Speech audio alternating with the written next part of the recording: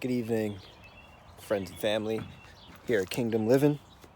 Actually, I'm blessed to have had the opportunity to get some new plants from my job. So I'm in my garden right here, and at my job, I had a fellow teacher who was giving away some plants that she had had at school, and I certainly took advantage of that opportunity. So here is a Georgia collard. Can't go wrong with collard greens, right? And over here, hey Mike, future farmer in the making, is some cilantro. So I'm gonna put these in the ground, and I'm kind of gonna give a little tutorial about what to do. So the first thing you're gonna do is to dig a hole. I know it's complicated, but you dig a hole, not too big, not too small, just a medium-sized hole, like that. And then what you wanna do right here is, if you see this right here, now some people can plant this biodegradable sort of casing in the ground and type, kind of break away. I'm not going to do that in this case because I don't know where. I know it's been in the school. I'm not sure what dirt this is, where it's been around.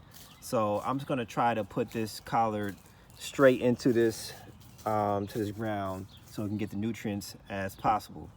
And so I'm going to take away anything that might be contaminated because it does look a little wilted. So literally looked like it was dying. When I took it home, I immediately put some water in it. So I'm going to show you how to do this, okay? You want to be very, very, very gentle with this. It's going to be hard to do holding this. You want to be very gentle with this. So what I do, see if I can do this one-handed. I know I can. Is I want to kind of break away the casing like this. Normally I'll have two hands doing this, but for this sake, I got one. I can do it. Here we go. Take this stuff out. In fact, I'd much rather do this over here. Like I said, never look a gift horse in the mouth, but at the same time, don't know what you're putting in your ground, so you want to be careful with it. Another thing you notice is that this plant has been in this casing for quite a while.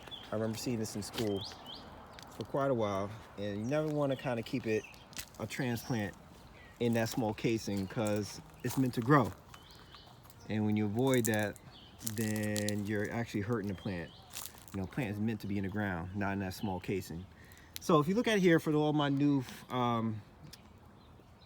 viewers or anybody who's interested in gardening, is you'll see what looks like little strings. These are the roots. Everybody see that? So before you put this in the ground, what I tend to do is with this, is I get my spade and I break it up ever so gently. Break it up, twist it. It's okay, it's not gonna die. And you wanna just kind of break up the roots like this so that it's loose. See how I'm doing it? You don't wanna put it all tight together. These roots need to be adjusted ever so gently. Now, if you look at the hole, what I'm gonna do right now, put this to the side. I'll put a little bit of water in here, just like that. Not too much. Don't want to make it a mud pit, but not too much. And then remember how I broke it up? See it like this? You just put this in the ground like this.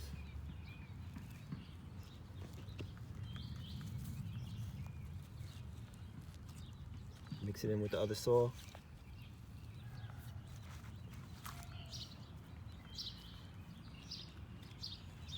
Like that.